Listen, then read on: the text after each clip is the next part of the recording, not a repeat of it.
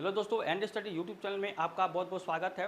तो आपको पता होगा कि हम लोग साइंस के जो पार्ट को देख रहे हैं उसमें हमारा है डेली प्रैक्टिस टेस्ट, यहाँ पे डीपीटी। ठीक है, डीपीटी चल रहा है और इसमें क्वेश्चन नंबर ऑफ क्वेश्चन कितने हैं? नंबर ऑफ क्वेश्चन आपके 5 है। ठीक है, तो 5 क्वेश्चन आप सॉल्व करिए और अपना जो साइंस का जो भी आपका इम्प्रूवमेंट है, देखिए कितना आप जो है आप साइंस यहाँ पे क्वेश्चन कर पा रहे हैं। ये देखेंगे, ये सारा क्वेश्चन जो है, जितना भी क्वेश्चन यहाँ दिया जाता है, ये आपका प्रीवियस ईयर के रिलेटेड दिया जाता है। ठीक है, तो आप जो है पूरा सीरियस होकर इसको लगाइए और देखिए आप कितना इसमें से सॉल्व कर पाते हैं। ठीक है, तो इसका सेकेंड पार्ट आप यहाँ पे जो है आज देखेंगे। सेकेंड पार्ट इसका जो होगा, इसका हम यहाँ पे आज देखेंगे। इसमें 5 क्वेश्चन है, हर चैप्टर के हर टॉपिक से, जहाँ से भी रेलवे वाला क्वेश्चन पूछा गया है उसको उस तरह के क्वेश्चन आपको यहाँ पे दिया जाएगा। ठीक है, रेलवे में कुछ क्वेश्चन पूछा गया है, कुछ क्वेश्चन बनाया गया है। ठीक है, तो आप देखेंगे यहाँ पे सॉल्व करने के बाद कि आप जो है कितना अच्छा से इसको यहाँ पे कर ले जा रहे हैं। ठीक है, तो अब सॉल्व करते हैं क्वेश्चन को। क्वेश्चन देखिए, जो फर्स्ट क्वेश्चन आपको यहाँ पे दिया गया है, ये दिया गया है कि डी ब्लॉक के तत्वों को इस नाम से भी जाना जाता है। ठीक है, तो डी ब्लॉक, तो आपको पता होगा कि ये देखिए पीरियोडिक टेबल से क्वेश्चन था और पीरियोडिक टेबल से क्वेश्चन बहुत सारा हम लोगों ने सॉल्व किया है, जितना भी प्रीवियस ईयर। ठीक है, तो उसमें आप देखे होंगे यहाँ पे पीरियोडिक टेबल से बहुत ज़्यादा क्वेश्चन आपको जो है पूछा जा रहा है। तो पीरियोडिक टेबल तो आपको जो है अच्छा से इसको पढ़ना ही पढ़ना है। ठीक है, हम भी जो है पूरा नोट्स जब तैयार कर लेंगे तो आपको केमिस्ट्री जो अच्छे से जो यहाँ पे एक सिरे से पढ़ाएंगे। ठीक है, तो देखिए यहाँ पे क्वेश्चन कहा गया आपका कि डी ब्लॉक के तत्वों को क्या कहा जाता है। आपको पता है ब्लॉक कितने होते हैं? कितने ब्लॉक होते हैं? 4, एस, पी, डी और एफ। ठीक है, आपके यहाँ पे एस, पी, डी और एफ, ये आपके कितने ब्लॉक होते हैं? 4 ब्लॉक। ठीक है, ये आपके 4 ब्लॉक होते हैं। तो आपको पता, अगर ये आपका क्या है, ये आपका अगर आप देखें तो ये आपका अगर पीरियोडिक टेबल है। ठीक है, ये पीरियोडिक टेबल है, समझ लीजिए। तो ये आपका क्या है, ये यहाँ पे क्या होगा, ये आपका एस ब्लॉक होता है। ठीक है, ये आपका एस ब्लॉक होता है। ये किनारे वाला जो होता है फर्स्ट ए, और यहाँ पे जो फर्स्ट होगा सेकंड होगा। ठीक है, इसके बाद से अगर देखिए तो ये यहाँ पे क्या होता है, ये आपका पी ब्लॉक होता है। ठीक है, ये आपका पी ब्लॉक होता है और ये जो पूरा पोर्शन होता है ये क्या होता है आपका डी ब्लॉक होता है बीच में। ठीक है, ये डी ब्लॉक होता है। 3 से लेकर 12वें तत्व वर्ग के जितने भी तत्व होते हैं, 3 से लेकर 12वें वर्ग के जितने तत्व होते हैं आपके क्या कहलाते हैं? डी ब्लॉक के, वो आपके जो है यहाँ पे ये कहलाते हैं। ठीक है, और इसका एक और नाम है जो कि आपका क्वेश्चन में पूछा जा रहा है, इसको कहते हैं संक्रमण तत्व। ठीक है, संक्रमण तत्व यहाँ पे कहा जाता है। ठीक है, ये काफ़ी इंपॉर्टेंट क्वेश्चन है, आप ध्यान से इसको देखेंगे। केवल 5 क्वेश्चन है। ठीक है, 5 क्वेश्चन देखेंगे आप, देखिएगा आपका जो है साइंस में जब भी आप एग्ज़ाम देने जाएंगे आप देखेंगे इससे रिलेटेड क्वेश्चन आपको ज़रूर पूछा जाएगा। ठीक है, क्योंकि यहाँ पे जो भी क्वेश्चन दिया जा रहा है यूनिक दिया जा रहा है। ठीक है, ताकि जो एग्ज़ाम में जहाँ से टच करने की कोशिश यहाँ पे कर रहे हैं एग्जामिनर, वहाँ से क्वेश्चन आपको जरूर देखने को मिलेगा। कब भी जब भी आप जाएंगे एग्ज़ाम देने के, देखिएगा यहाँ से ज़रूर आपको फ़ायदा मिलेगा। तो सीरियसली इस क्वेश्चन को सॉल्व करिए। 5 क्वेश्चन है। ठीक है, आप चाहें तो वीडियो को जो भगा के वहाँ पर जो है थोड़ा थोड़ा उसको जो है करके देख सकते हैं। आप क्वेश्चन स्वयं से सॉल्व करने की कोशिश करिए। अगर आपको दिक्कत आती है तो आप क्या करिए, यहाँ पे इसका जो सलूशन देख सकते हैं। ठीक है, आंसर देख सकते हैं। बहुत ज़्यादा ये वैसा नहीं है, मैथमेटिकली बहुत सॉल्व नहीं करना है। कुछ चीज़ आपको याद होना चाहिए, कुछ चीज़ आपको क्या है अगर नहीं समझ में आता तो वहाँ पे देख सकते हैं। ठीक है, तो ये आपका क्या है, संक्रमण तत्व यहाँ पे आपका कहलाता है। ठीक है, तो यही आपको पूछ रहा था, इस नाम से भी जाना जाता है, मतलब किस नाम से जाना जाता है? तो संक्रमण तत्व, डी ब्लॉक को संक्रमण तत्व। यहाँ पे क्या होता है आपका 3 से लेकर 12वें वर्ग के जितने भी तत्व होते हैं आपके डी ब्लॉक में आते हैं। जैसे आयरन होता है, तांबा होता है, ये सब क्या है, डी ब्लॉक के एलिमेंट होते हैं। तो इसको जो है जब भी हम यहाँ पीरियोडिक टेबल पढ़ने का हमको जब भी मौका मिलेगा तो हम उसको अच्छे से डिटेल से एक एक जो है एक एक ब्लॉक से लेकर वहाँ उसको पढ़ेंगे। ठीक है, हम कोशिश करेंगे जितना जल्दी हो सके इसको जो है भी पढ़ाएंगे। ठीक है, तो ये आपका क्वेश्चन था, देखेंगे आंसर क्या हो जाएगा, संक्रमण तत्व इसका आंसर हो जाएगा। ठीक है, ऑप्शन नंबर ए यहाँ पे संक्रमण तत्व। तो ये क्वेश्चन था, काफ़ी देखेंगे यहाँ पे पीरियोडिक टेबल से क्वेश्चन पूछा गया था। इसी तरह से अगर आप सेकेंड क्वेश्चन देखिए यहाँ देखिए सेकेंड क्वेश्चन, ये बहुत आसान क्वेश्चन है। ठीक है, इसी तरह क्वेश्चन आपको ग्रुप डी में देखने को मिलेगा। ठीक, आप देखेंगे कि ग्रुप डी में अगर देखिए 3 तरह के क्वेश्चन दिया जाता है।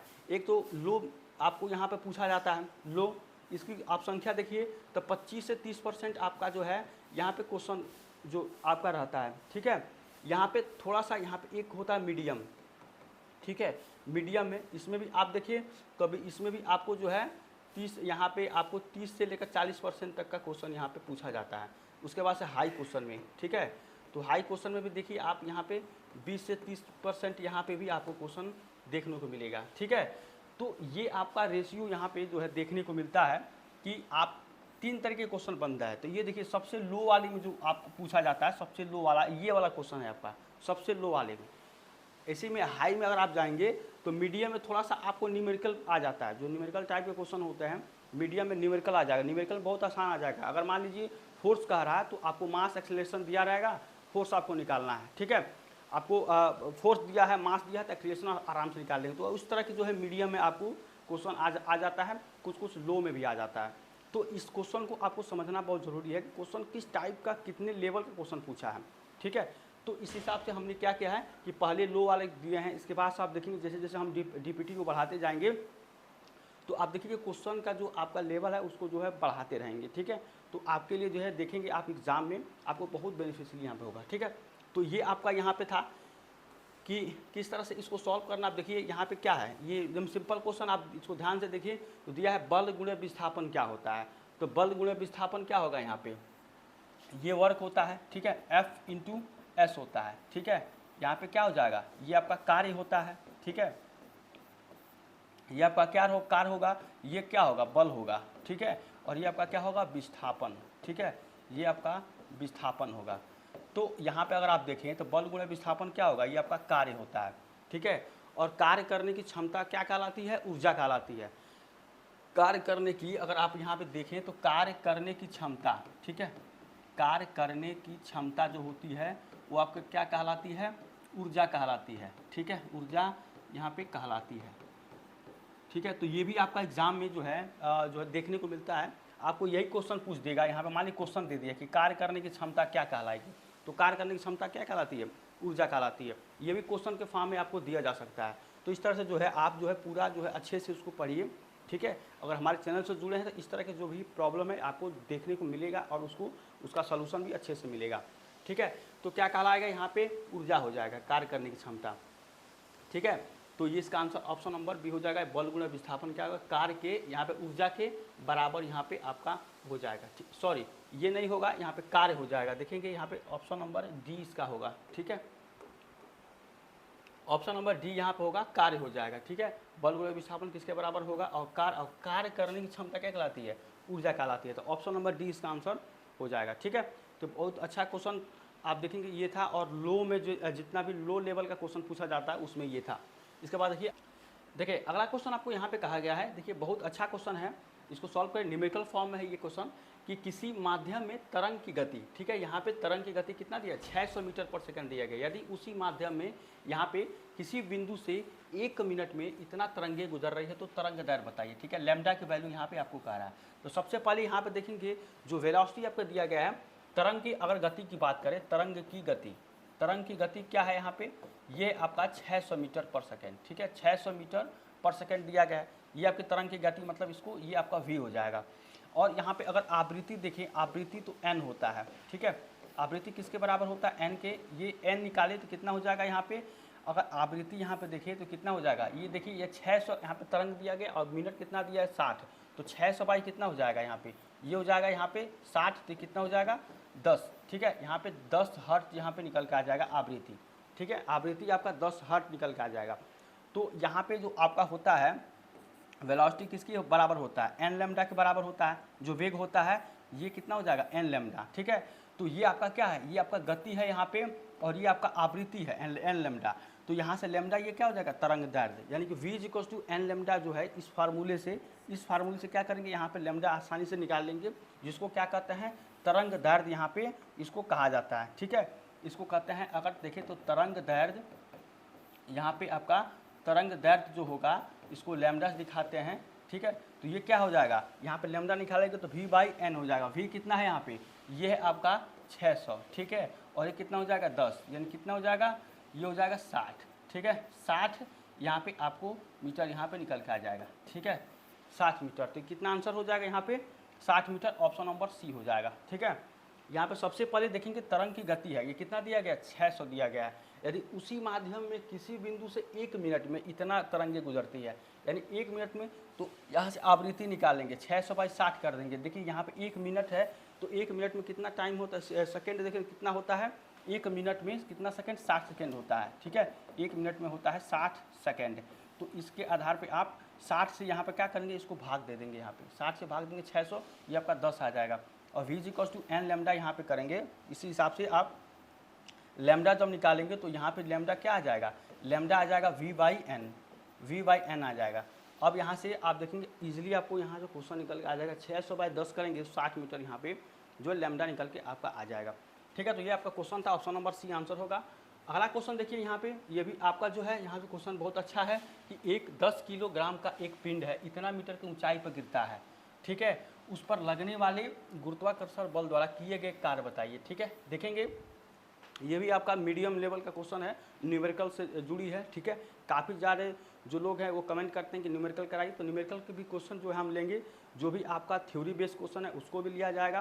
केवल 5 क्वेश्चन है और क्वेश्चन वहाँ से उठाए जो जेन्युइन हो, ठीक है, जो आपके एग्जाम में ज़्यादा बार उस टॉपिक से, उस जो आपका चैप्टर है वहाँ से रिपीट किया है, वहाँ से क्वेश्चन आपको जो है यहाँ पर दिया जा रहा है, ठीक है। तो ये काफ़ी क्वेश्चन यहाँ पर देखेंगे। अच्छा, ये ग्रुप डी में पूछा गया क्वेश्चन है। तो यहाँ पर सबसे पहले देखिए मास क्या दिया है आपका, 10 kg दिया गया मास यहाँ पे, ठीक है। ऊंचाई कितना दिया गया, अगर हाइट की बात करें तो 4 मीटर यहाँ पे ऊंचाई दिया गया है। उस पर लगने वाली गुरुत्वाकर्षण बल द्वारा किए गए कार्य की गणना करिए। और जी का मान कितना दिया यहाँ पे, ये आपका दिया गया 10 मीटर पर सेकेंड स्क्वायर, ये दिया गया है। तो कार्य यहाँ पूछ रहा है, तो ये कार्य किसके बराबर हो जाएगा, ये जो वर्क होगा ये आपका mgh, ठीक है, फार्मूला होता है ये mgh के बराबर यहाँ पे आपका जो यहाँ पे ये हो जाएगा mgh के बराबर। तो यहाँ पे इजीली आप बता सकते हैं कि वर्क जो होगा m कितना दिया गया, m दिया गया है 10, g कितना दिया गया 10 और h कितना दिया गया, यहाँ पे हाइट है आपका 4, ठीक है। तो वर्क कितना हो जाएगा, ये हो जाएगा 400, ठीक है, 400 जूल यहाँ पे आपका निकल के आ जाएगा आंसर, ठीक है। बहुत आसान क्वेश्चन था, ठीक है, अगर आप देखें इसको तो बहुत आसान क्वेश्चन था। mgh फार्मूला जो है इस पर आपको सॉल्व करना था, तो ये 400 जूल यहाँ पे निकल के आपका आ जाएगा, ठीक है। देखिए अगला क्वेश्चन आपको यहाँ पे कहा गया है कि सार्वत्रिक गुरुत्वाकर्षण का नियतांक की एसआई इकाई बताइए, ठीक है, सार्वत्रिक गुरुत्वाकर्षण। अब देखिए यहाँ पे सार्वत्रिक गुरुत्वाकर्षण का नियत क्या होता है, ये होता है आपका न्यूटन मीटर स्क्वायर पर केजी स्क्वायर, ठीक है, केजी स्क्वायर ये होता है, ठीक है। इसको आप कैसे कर सकते हैं, न्यूटन मीटर स्क्वायर केजी -2, इस तरह से आप इसका आंसर हो जाएगा। तो देखेंगे न्यूटन मीटर स्क्वायर, यहाँ पे आपका देखेंगे ऑप्शन नंबर जो डी है इसका आंसर हो जाएगा, ठीक है। और ये आता कैसे है कि देखिए यहाँ पे आप जब क्या होता है कि जब दो यहाँ पे जो मास होती हैं, जो यहाँ पे दो मास के बीच में जो आकर्षण बल होता है, जो अगर आप मान लीजिए 2 मास दिया गया, यहाँ पे देखिए ये आपका m1 मास दिया गया और यहाँ पे आपको m2 मास दिया गया है, ठीक है। और ये जो r डिस्टेंस पे इसको रखा गया है, ठीक है। तो यहाँ पे क्या होता है, जो आकर्षण बल F होता है, यहाँ पे होगा आकर्षण बल, मतलब यहाँ पे आपका F जो होगा ये किसके बराबर होता है, Gm1m2/r², ये होता है आकर्षण बल किसके बराबर होता है, Gm1m2/r², ठीक है। और यहाँ पे क्या होता है कि ये जो आपका दोनों मास का गुणनफल और इसके दूरी के क्या होता है, स्क्वायर के बराबर होता है। और ये जो जी होता है यही आपका क्या होता है, सार्वत्रिक गुरुत्वाकर्षण होता है, जो कि आपका यहाँ पे कहा गया है सार्वत्रिक गुरुत्वाकर्षण नियतांक, ठीक है। तो ये होता है सार्वत्रिक गुरुत्वाकर्षण,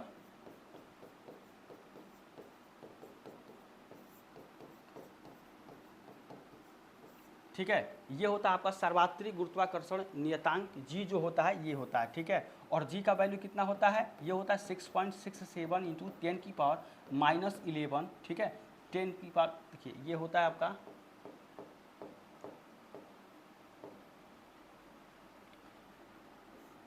10⁻11 न्यूटन मीटर स्क्वायर पर केजी स्क्वायर होता है। या इसको कैसे लिख सकते हैं आप, अगर आप इसको ध्यान से दें तो ये होगा न्यूटन मीटर स्क्वायर केजी -2, ये होता है आपका, ठीक है।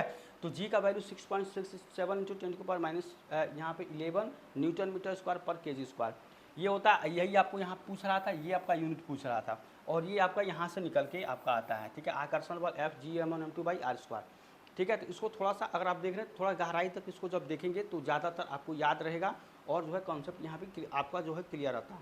तो इसका जो आंसर क्या हो जाएगा, ऑप्शन नंबर डी। यहाँ पर आपको एसआई इकाई यहाँ पूछा जा रहा था सिंपली यहाँ पे, तो ऑप्शन नंबर डी इसका आंसर हो जाएगा, ठीक है।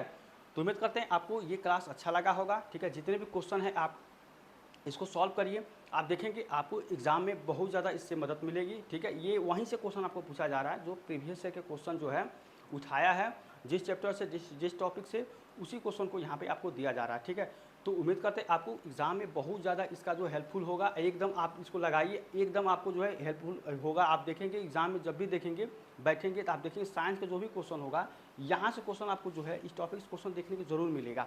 इस तरह के बहुत सारे क्वेश्चन को इस चैप्टर से, इस टॉपिक से हम उसको लेने की कोशिश करेंगे। जितने भी टॉपिक आपके जितने भी साइंस में है, जहाँ से क्वेश्चन ज़्यादा पूछा है उसको हम यहाँ से जो है लेने की कोशिश करेंगे। ठीक है, तो अगर आप चैनल पर नए हैं तो चैनल को जो है सब्सक्राइब कर लीजिए, लाइक करिए और अपने यार दोस्तों को भी शेयर करिए। ठीक है, तो इसका जो नेक्स्ट पार्ट होगा उसको हम नेक्स्ट क्लास में देखेंगे। तब तक थैंक यू सो मच।